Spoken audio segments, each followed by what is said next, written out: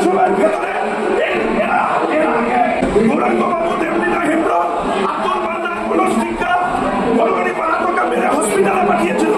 আজকে একইভাবে ওরা আমাদেরকে মেরে হসপিটালে পাঠাতে চায়।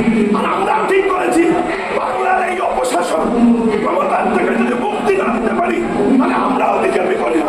কত মার মারবে, কত দিন মারবে, আমাদের রক্ত শেষ হয়ে যাবে, কিন্তু ওদেরকে আমরা ছাড়বো না। এবং যেভাবে আজকে মার্শাল দিয়ে আমাদের উপরে অত্যাচার চালানো হলো, দেখুন চশমা পর্যন্ত এইভাবে ঘুরিয়ে দিয়েছে, ঘরের মধ্যে ফেলেছে। এই বয়স ওদের স্পাইনাল কর্ডের প্রবলেম, পেছন থেকে খোলা ধরে ডাকছে।